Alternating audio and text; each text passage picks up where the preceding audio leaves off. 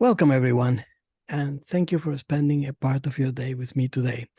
My name is Aldo Lagrutta, and I'm a certified market technician from the International Federation of Technical Analysts.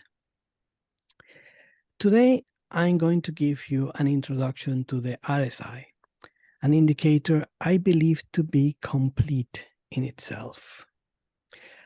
RSI stands for Relative Strength Index, and it was introduced over 40 years ago by a brilliant technician by the name Welles Wilder. It's a momentum indicator that we use to measure the speed and magnitude of a security's recent price changes. The indicator is relatively simple to interpret, but it has some nuances that are particularly important and that can transform the orthodox uses of it. I'm going to do my best to give you my take on it. So first, we'll go through how to use the RSI correctly according to the traditional methods. And later, I'll delve into the unorthodox ways of using it. The formula used to calculate the indicator is largely inconsequential in today's context. Every modern platform can handle the calculations. Now, what is really crucial is grasping the underlying concept. So what does the RSI do? As a momentum indicator, it compares the strength of a market on its bullish days to its bearish days.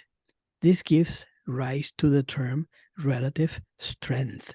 Normally, that concept of relative strength involves comparing the performance of one market to another, or maybe to an index.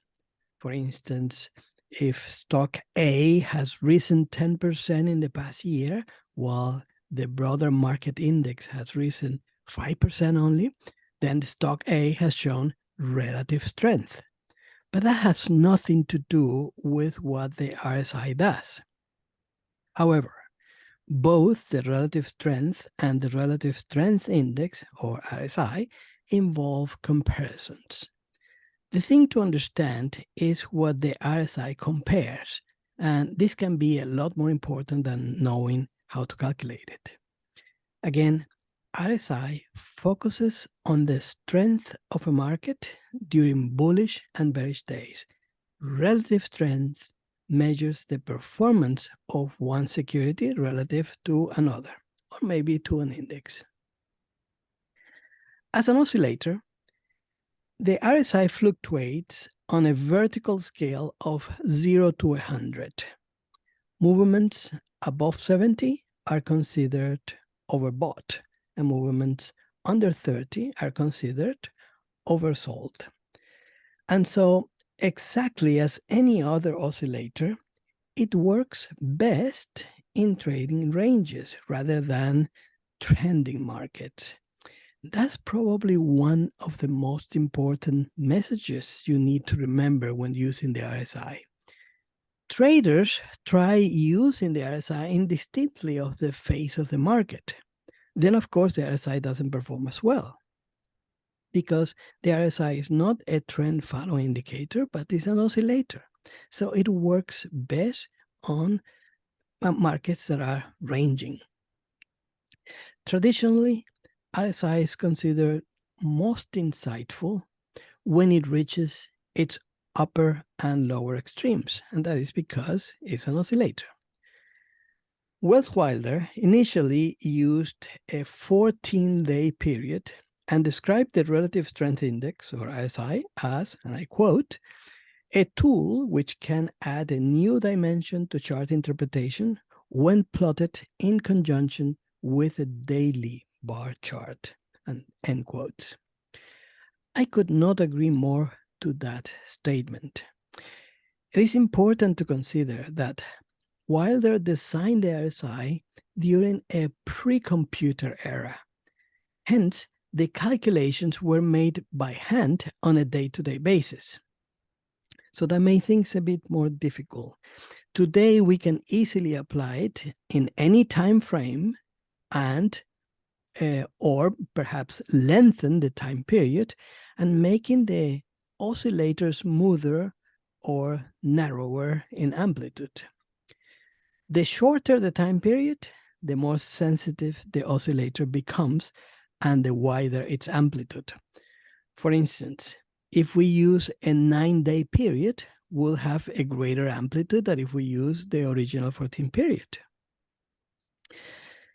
In this yen chart, the distinction is evident. The top panel shows the 14-period RSI, while the one below displays a 9-period RSI. By the way, both these values are widely favored by technicians and often without consideration of the time frame they are using, which is, in my opinion, another mistake when using the RSI. Now, observe the variations at the 2 points marked by vertical lines. The first instance illustrates how the RSI 9 noticeably dipped into the oversold territory, while the RSI 14 remained above the 30 reference line. When we see this, we immediately conclude that the RSI 9 is more useful. Had we seen the RSI 14, we wouldn't have bought because it wasn't oversold yet, while the RSI 9 gave a perfect buy signal by being in the oversold area. Well, that's convincing enough. But look what happened a few bars later. The second vertical line indicates the RSI 9 in the lower panel reaching the overbought zone, with the RSI 14 still below the 70 reference mark. So if we were to pay attention to the 9, as we did before, we would be selling in the overbought area, only to find that prices continue their ascent for many more weeks. And this may answer a typical question from RSI users, which is, what period is better? The examples we have seen suggest that those trading on a short-term basis might need to tweak the settings for more pronounced oscillator swings. So if you are a day trader or scalper, you may want to use the 9-period RSI or even lower periods like 4 or 5. However, it's important to keep in mind that traders working with daily charts might find the original RSI 14, at least I have found that the original RSI 14 settings or even higher periods are more beneficial. Later, I'll show you what I use after we cover the basics. Now, let's delve into the primary orthodox application of the indicator, that is to warn us of the formation of tops and or bottoms. As we just pointed out, crossing the 70 or the 30 reference lines signals overbought and oversold states. Typically, the index reaches these extremes before prices peak or bottom, offering an early warning of an impending reversal or meaningful correction. From a practical standpoint, and I must say solely based on my own observations, the 80 and 20 levels hold significant importance instead of the 70 and 30. Given the dynamic shift during bull and bear markets, these are the actual thresholds where markets tend to become overbought or oversold. On the very same chart, observe the 2 extra horizontal lines in black that I have plotted at exactly the 80 and 20 levels. It's noteworthy how these exact levels coincided with the peaks and troughs in prices. For this demonstration, I utilized the RSI 9, and this illustrates the potency and potential profitability of signals at these extreme levels in the short term. The clarity of these signals become even more pronounced when a trader takes the RSI lines crossing below the overbought 70 or above the oversold 30 as a buying or selling cues. However, there are caveats to this. In my perspective, this application of the indicator has limitations, mainly for two reasons.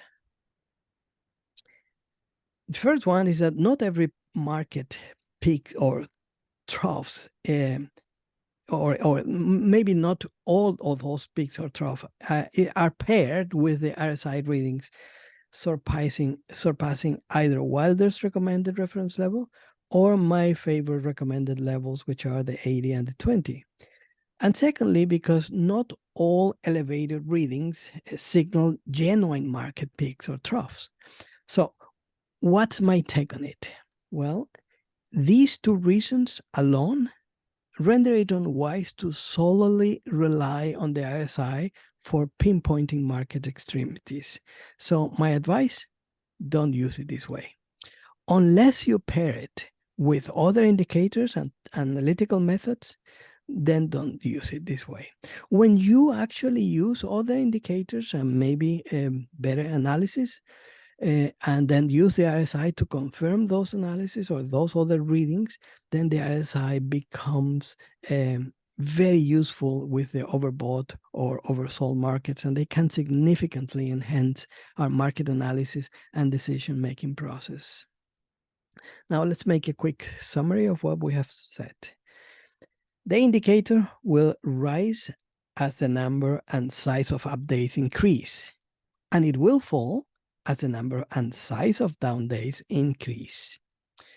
When the RSI approaches or crosses above the 70 mark, it suggests that the market may be overbought.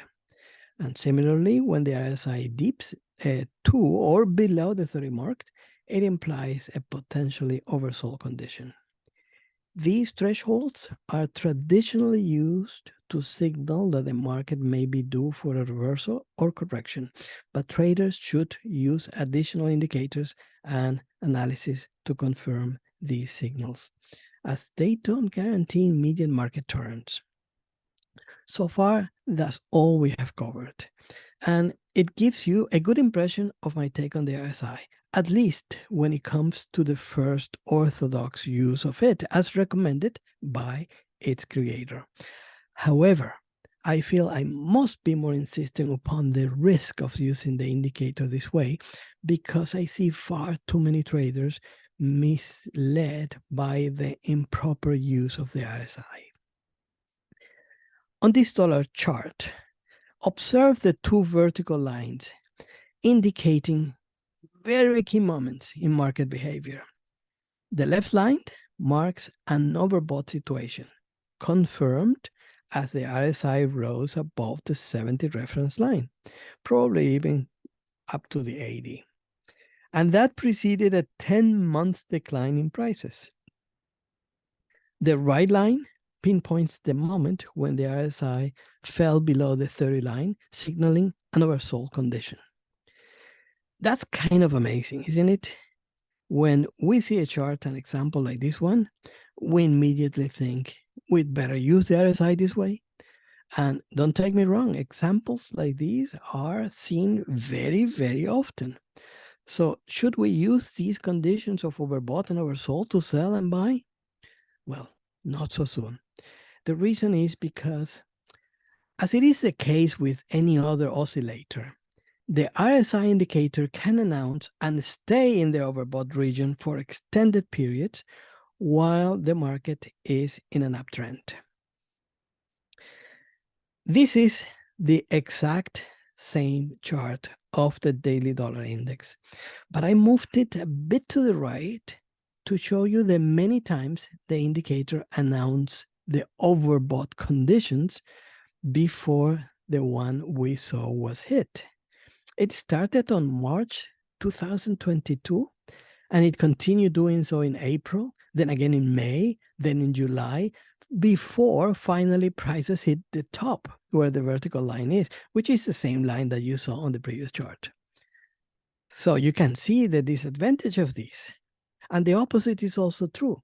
The indicator may also announce and remain in the oversold territory for a long time when the market is in a downtrend.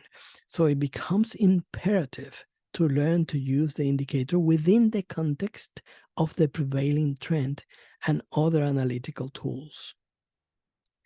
Here is a perfect example of the RSI giving an oversold reading in the euro dollar in September 2022. That signal alone would have been an ideal way to identify the bottom. It would have been perfect to buy there. Unfortunately, as in the previous example, the RSI had been warning of an oversold condition since July of 2021, as you can see on this chart.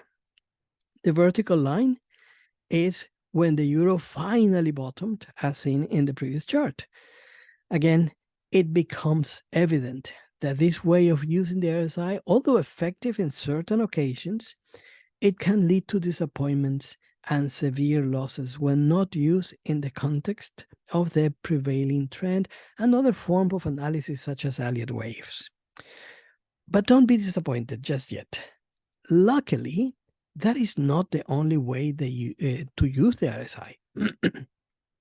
Let's discuss a second method of using the RSI as explained by Wells Wilder, who was the one who created it.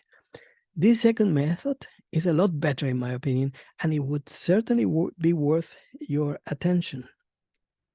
That is chart formations.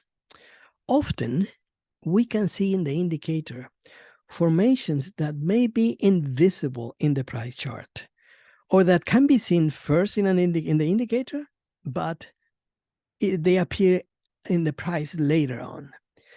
Classic examples of these formations include the head and shoulders, as well as triangles, pennants, and flags. Take a look at this daily continuation chart of the S&P Mini. It presents a triangle formation that is not apparent in the price itself. A breakout from this triangle provided an excellent signal of the direction for the next significant price movement. Often we see larger triangles that can be of great benefit at the time of taking trading decisions. This particular example was from a real trade that we took on the yen. Notice how obvious was the triangle in the RSI, but it was completely hidden in the price action. In fact, to label, I'm an Elliottician, and to label that decline was extremely difficult. The breakout of that triangle not only indicated to us the next meaningful direction that prices were likely to follow, but it also confirmed that the bottom was finally in place as we had suspected via wave analysis.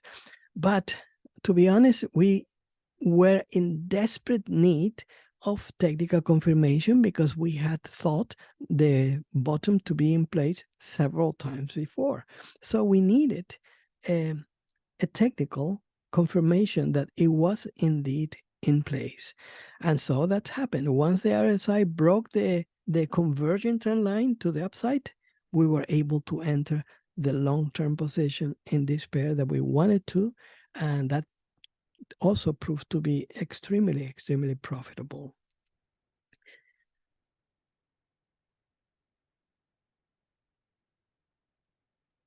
I believe, what did I do here?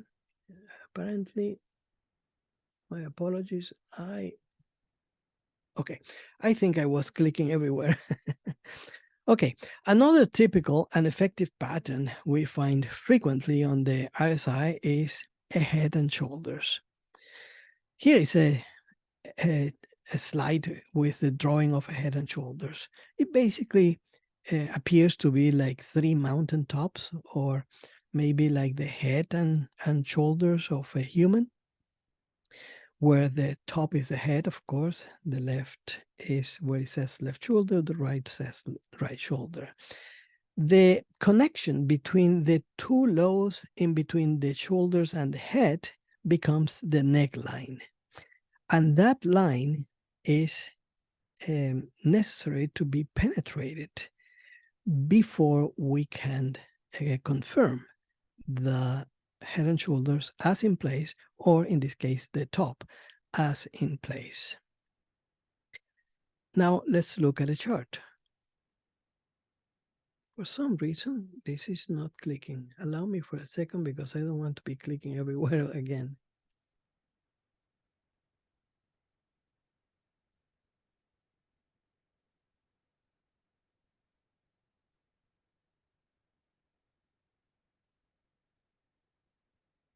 Please give me a moment.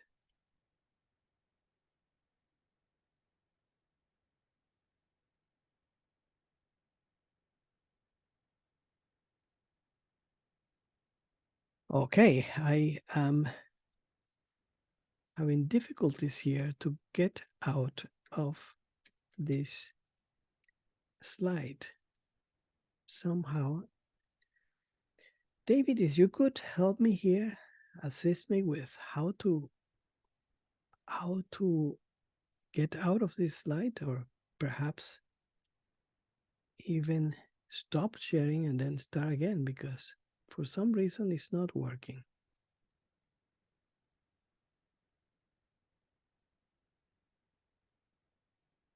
David, are you there? Yeah, sorry. What are you trying to do? Was trying to get out, but I think I managed. Do you have my slide in front of you, the one that shows the head and shoulders? No. No, so it stopped sharing. Okay, so Oh, yeah, the sharing was turned off. Yeah. Okay, so So let's yeah, try. you just have to reshare. Let's try that again. My apologies, guys, for this interruption. Okay, so now you should have it. Do you? Yeah, I see the head and shoulders formation. Fabulous. Thank you very much. Okay, so now let's continue. This chart showcases the presence of a clear head and shoulders in the RSI and not so clear on the price, if at all. Notice that the break of the neckline, remember the neckline is the one that connects the two lows between the shoulders and the head. Notice that the break of the neckline gave room to a large decline that went from 112.40 all the way down to 172. A significant move that we would not have seen had we focused on price action alone. So what's my take again?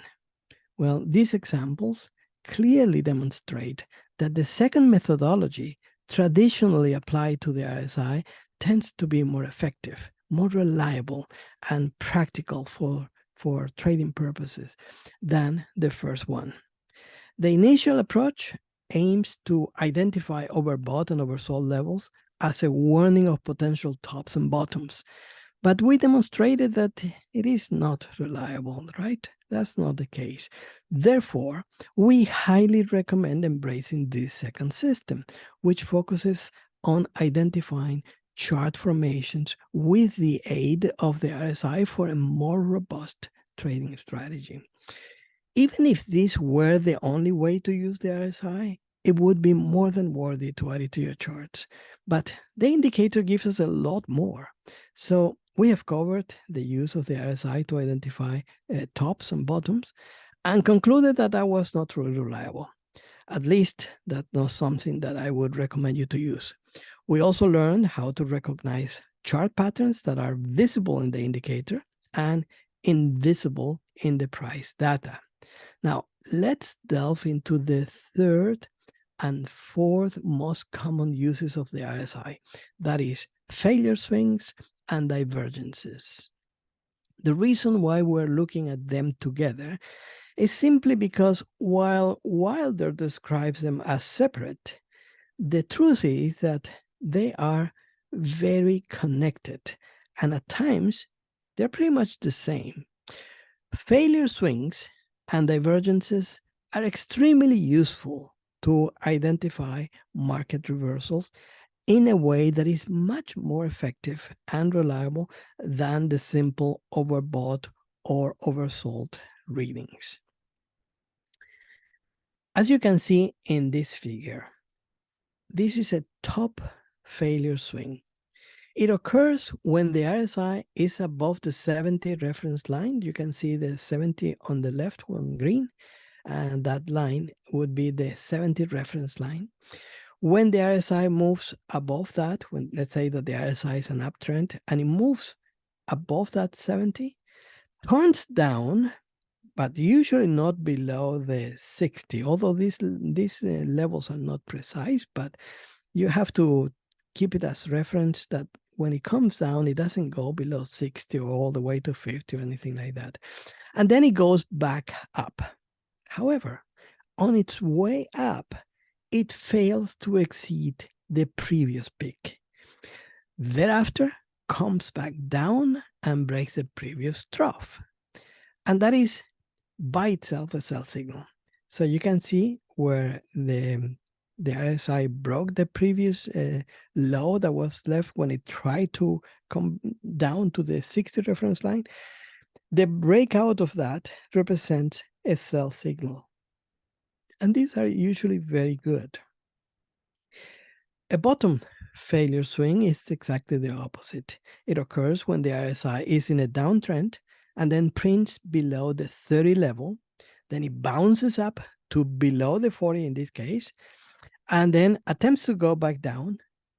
However, on its way down, it fails to set a new low and then proceeds to exceed the previous peak. And that is the buy signal. Now, all those conditions can occur independent of prices.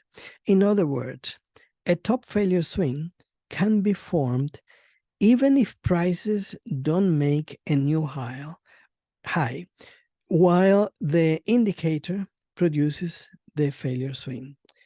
In other words, they could be mirror. And likewise, a bottom failure swing can occur even if prices mirror the action of the indicator. But that's typically not as reliable, according to my observations. They are valid signals, indeed. And if you are learning to take signals, well, these are realistic signals. However, what I have noticed is that when they mirror the price, let's say, imagine the price is coming down. Well, I'm sorry, I don't see, I don't think I have a mouse here, so I cannot point it out. But let's imagine that prices are coming down exactly from that 50 level on the top left, and prices are coming down, and then they start going up, and they come back down, but don't take the low. So they are doing exactly the same as the RSI would be doing. So when the RSI gives us that buy signal, is it reliable? Well, I wouldn't think so. For a top failure swing to be trusted, we need to see prices diverging from the indicator. That's to say that while the indicator fails to exceed the previous peak established by the indicator, then prices actually achieve a new high. And for a bottom failure swing like the one we have in front of us, prices should make a new low while the indicator, where it says failure swing point, while the indicator is making that failure swing point. Yet prices are not mirroring this action, but are making still a new low. That's my preferred view on it. However, as I said, failure swings can be independent from prices, and in fact, can be traded even without looking at price, because if you just make the big chart of the RSI and you see this drawing, they are perfectly tradable. Since the indicator is an oscillator, you can pretty much expect that it's going to go all the way up, but that doesn't happen all the time.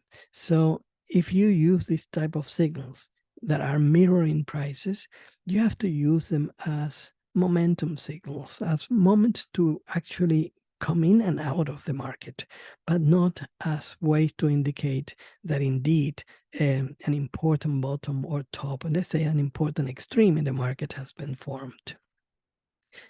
Now, finally, the best known usage of the RSI is for divergence.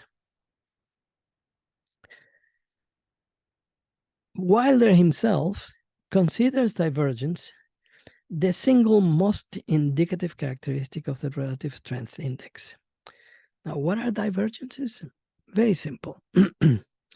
When prices are going up, let's say, okay, and the indicator refuses to confirm that move and instead move lower, that is known as bearish divergence. So basically, divergence is when an indicator that is based on price refuses to move in the direction that prices are moving. In other words, prices are moving up, the indicator are moving down. Prices are moving down, the indicator is moving up. So that is what is known as divergence. And since the RSI is a momentum indicator, it is a sign that momentum is becoming weaker and prices should start falling.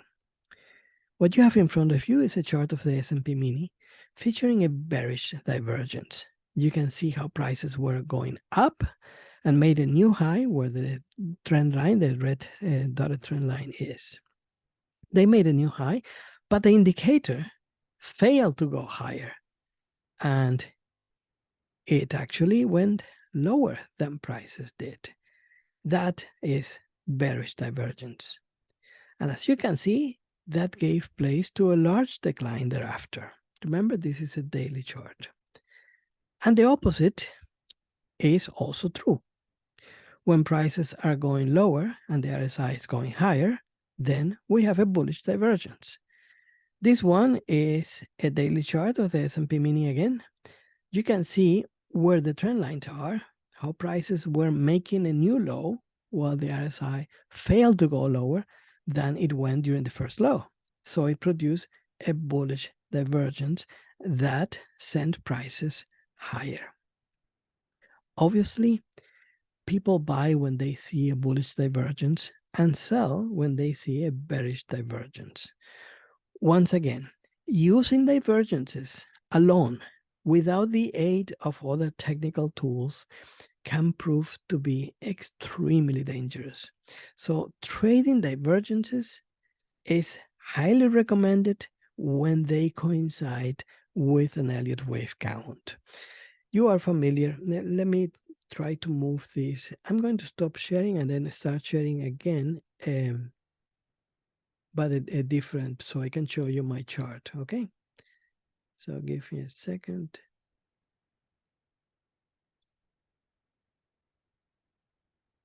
Yeah. Okay, so you should be able to see my chart now. Going to draw there, okay? So when you have an Elliott wave structure, let's say you all know that it moves in 5 waves, 1, 2, 3, 4, and 5. Okay, so these 5 waves, they follow certain rules in order to qualify as an impulse. Now, if we see divergence, let's say between this level here and this level here, it's probably not going to be an important one. It could be something that we have to ignore. It could be possible that in between here, the market forms or the indicator forms divergences. But those are points that should be completely ignored. The real divergences should form between leg 3 and leg 5. So if we have such a divergence, let's say that the indicator is here doing something like this. It went up like that, came down, and then on the 5th leg, it came lower. And then it produced this failure swing. Ideally, when we have that failure swing, and then we have the indicator going above the 70 line on the top of what we believe is the 3rd wave, and then below the 70 line on the top that we believe is the fifth way, those are divergences that can be cleanly traded. However, when those are not the case, as I see many people trading divergences by themselves, of course they lose right and left because they are not to be traded like that. Now, those are the most obvious and traditional ways to use the RSI. And so now I would like to show you a different way to use the RSI as a confirmation of the trend that is not widely known. And perhaps one of the reasons is because this indicator, as I said before, is an oscillator. So it's very strange that one could use it as a trend confirmation, but it's phenomenal when used this way. Let's take a look at this chart. You can see, for instance, how prices are coming down, right? And the indicator is coming down. All right, great. By the way, here I have to show you, this is a 6-hour chart, and I'm using not a 14 period RSI. I'm not using a 9 period. I'm using actually a 35 period. Okay, this is the period that I would use for this type of use of the RSI, where I'm confirming the trend with it.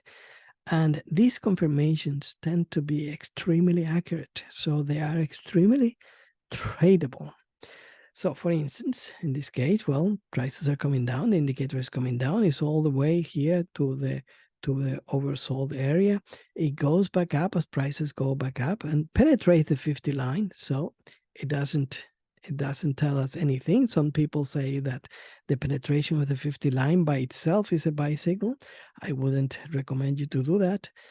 But indeed, it coincides very often with prices moving higher when the indicator penetrated from below, or prices moving lower when the indicator penetrated from above. For instance, in this case, you can see the penetration of the 50 line that happened around here indicated a huge decline. But that doesn't happen all the time. For instance, in this case, the indicator penetrated the 50 and it didn't have a huge decline, even though it would have worked.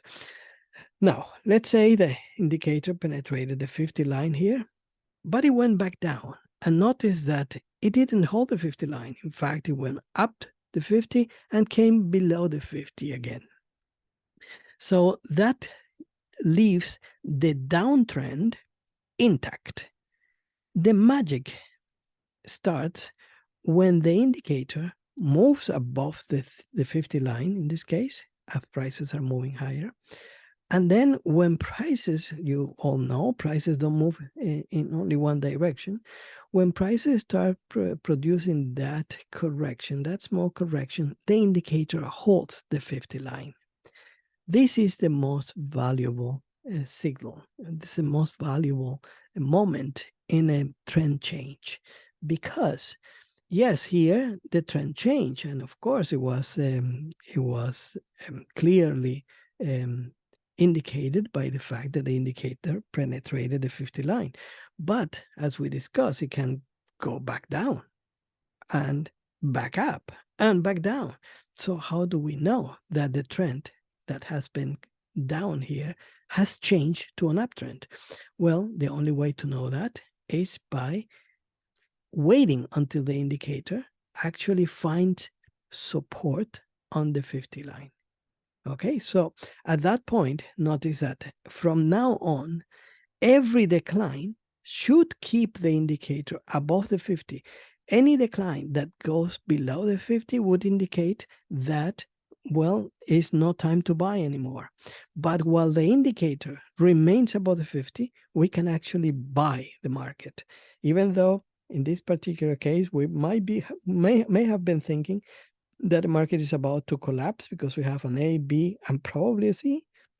And yet the indicator tells us, no, it's not time. It's still an uptrend. And then it goes back down and look, the 50 is held. Even here, the 50 is held. And you can see that every time that happens, the 50 is held. basically what that gives us, even you look at that, even in this case where this huge bar was happening, where we all thought that, okay, the top is in place because, the decline was so abrupt. Yet, look at the indicator. It held the 50 line. It didn't care about how fast people were selling the pair. So every time there is a retracement, that basically we always say, if you're on an uptrend, buy the retracement. And we say, yeah, but where? That's a problem that we all have, right? And sometimes we buy the retracement and it happened that it wasn't a retracement, but a change of trend, and then the thing continues going down. So that's a problem. But when we have this confirmation of trend, or this use of the RSI as a confirmation of trend, then we can buy every time that the RSI keeps the retracement above the 50 line. Okay, and now you may be wondering, yeah, but where exactly do I buy? And here is where I'm going to show you a very unorthodox way of using this. It's very, very practical, very unique. So what I'm doing, remember I told you I'm using a 35 here, a 35 period. This is not magical. You can use a 30, maybe a 34. It doesn't really matter. I'm using a 35 because it's in this particular pair, it works really well, as you can see historically. And so what I do is I also use another RSI on top of this one. The difference is that the period is smaller. And the reason is because, as I told you, the amplitude of a shorter term period would allow us to identify oversold conditions, let's say in a smaller time frame. Let's say that here is the RSI 5. Okay, I'm going to make it visible. And you can see the gray line is the RSI 5. So as we got the confirmation of the trend being up, now all we need to do is wait for the RSI 5 to be in the oversold condition. You can see on the left side, these are the levels of the RSI 5. Okay, on the right side are the levels of the RSI 35. So here we have this line here. This would be the 30. This line here, that would be the 70. So below this line, or at that line, it would indicate oversold conditions. That means that once that the RSI held the 50, the RSI 35 held the 50, if the RSI 5 is oversold, we can buy. We can buy there. And every time that the RSI 5 is in oversold condition, we can buy. And as long as the RSI 35 remains in the bullish area, which means above the 50. Okay, so all these are buy signals. All these are buy signals. And you can continue buying like that until the RSI actually stop holding the 50, indicating that perhaps prices are about to change. You can see even in this huge situation that we discussed, the RSI 5 was actually oversold. So, and you can see the RSI 35 continues holding the 50. Okay, and that's the case all the way down here, where at this point, we already have reasons to doubt that the trend or the uptrend is going to continue. At that point, we can start thinking, well, it is about time to stop buying or stop adding to our long positions, because the RSI, that doesn't mean the fact that it penetrated the 50 does not mean that now the market is bearish. It doesn't necessarily mean that, but it's a warning that we should stop our long positions. Okay, how do we know then? You may be wondering, well, if this doesn't mean the market is bearish, how do we know when to sell? Well, exactly as we knew it, when to buy back here. Remember, basically, we waited for the RSI to penetrate the 50 and then find support there. In this case, we will have to wait until the RSI penetrates the 50 and then finds resistance there. Okay, when that happened, notice that it didn't happen and prices continue moving higher.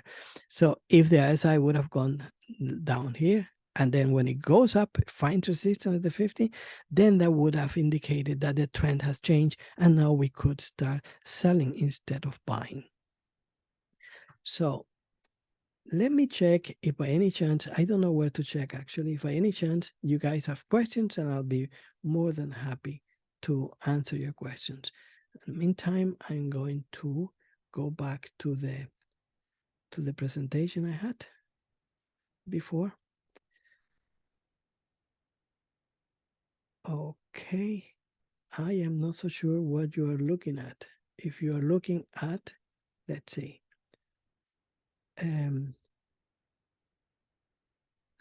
can you guys tell me, anybody, David, can you tell me if what you're looking at is an S&P 500 chart, or if you are looking at my yen chart still?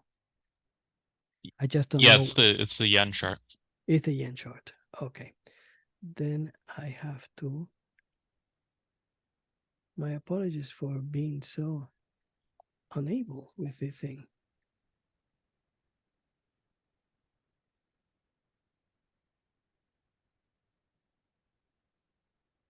Stop sharing. Okay, I'm going to start sharing again. All right. All right. So guys, as you can see, there are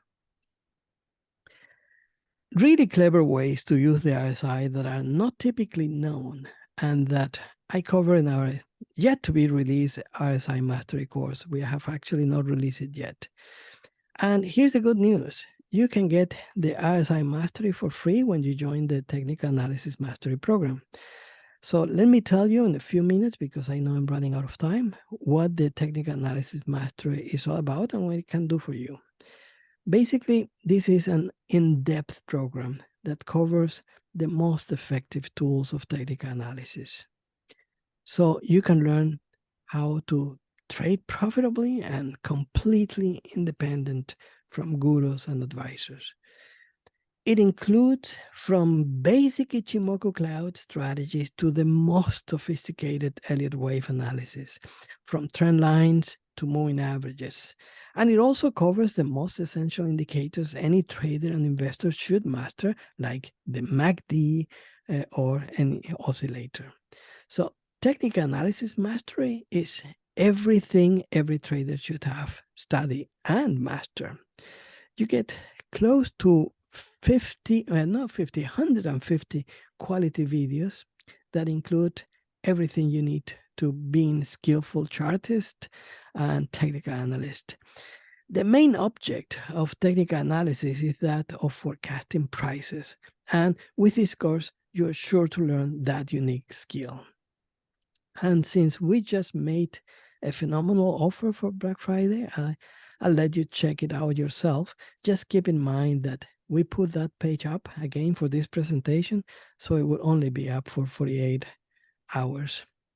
And as I said before, the RSI Mastery has not been released. And when we do, it will likely sell for $997 alone. That's pretty much the prices that we sell all our courses. But we will include it as part of this one-time deal. So basically, if you trade, you can't afford to go without this course. And if that's the case, this is the best chance to get it at the lowest price that it will ever be, with the best bonuses that it will ever have. So it is noteworthy that there are RSI courses on the internet that sell for $4,000 and more. And you'll get ours, the RSI Mastery, for free when you get the Technical Analysis Mastery today. I hope you learned something useful today with the RSI, and I truly trust that the $2 a day that you need to invest in this course won't be an obstacle for you. It's true, when you break it down in a year payment, this will be about $2 a day, something like $60 a month. And that will be less than a single stop that you put on any trade in any month. So I look forward to seeing you during the one-on-one session you get included with your technical analysis mastery program. Yes, for the Black Friday, typically we don't, but for the Black Friday, we included a one-on-one session so we can really check where you are in your trading, what are the obstacles that have stopped you from moving forward, and how you can benefit the most from our program. And for instance, in what module to start, because you might be at a position where you need to start at the 5th module instead of the 3rd, and so forth and so on. So please use the link that you see in front of you to register. It's the same page we had for Black Friday, and we just reopen it up for you for the next 48 hours. So I hope that this helps you in any way. And now I'm going to answer a few questions while I still have a couple of minutes. So David, if you can help me see where the questions are, where do I go? You just have to find the Zoom menu, and then there might be a more button, but there's a chat button in there somewhere. A chat button. Okay. Okay. No, it didn't work. Okay. The more menu. Okay. No. Aldo, I'm looking at your site here, and this Black Friday link, it goes to a thing that says this offer is no longer available. Oh my. Okay. Let me, yeah, because it was for Black Friday. Let me try to find the proper link for you in a moment.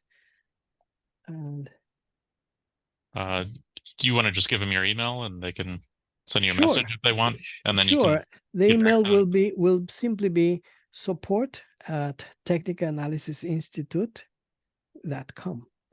support@technicalanalysisinstitute.com. Okay. Okay. Well, I think I'm having the same problem I had before. I cannot stop sharing, so I cannot get out of this. So David, if you can't take the presentation from me, that would be helpful for your next presenter. Okay, I'm out now.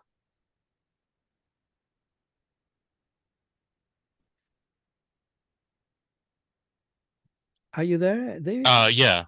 Okay. Did you? I was able to stop the presentation. So I think now I can give it back to you so people can have their time to rest before the next presenter comes.